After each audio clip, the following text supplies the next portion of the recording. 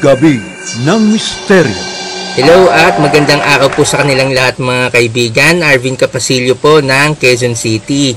Bago po ako magbigay ng aking komento tungkol po sa video na pinresent po sa akin, gusto ko muna pong batiin ng happy 86th year ang aking alarm clock sa umaga.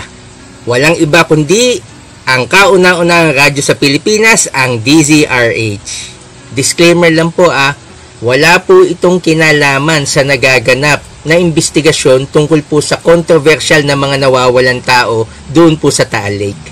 Alam nyo mga kaibigan, sa pamamagitan po nitong Guardian Diamond Crystal, nag-conduct po ako ng remote viewing doon po sa may Taal Lake. Through deep meditation, marami po tayong nakitang mga nilalang na hindi po nakikita ng ibang tao. Pero meron din po akong nakita mga kaluluwa po na nandun lang po sa ilalim ng tubig. Dalawang klase po sila Yung isang grupo, nalulungkot po sila. At yung ikalawang grupo po, sila po yung grupo ng mga nagsisisi. Dalawa lang po ang hinihiling po nila nung makausap ko po sila. Ang una pong hinihiling nila, acceptance. Tanggapin na daw po ng mga kaanak na wala na po sila.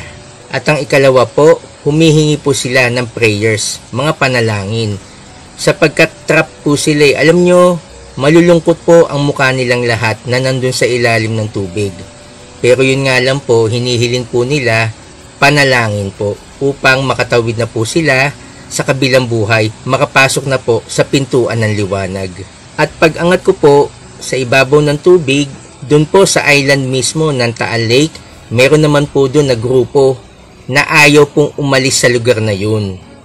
So, tinanong ko po sila bakit ayaw niyong umalis. Sabi nila, masaya na kami dito sa island na to.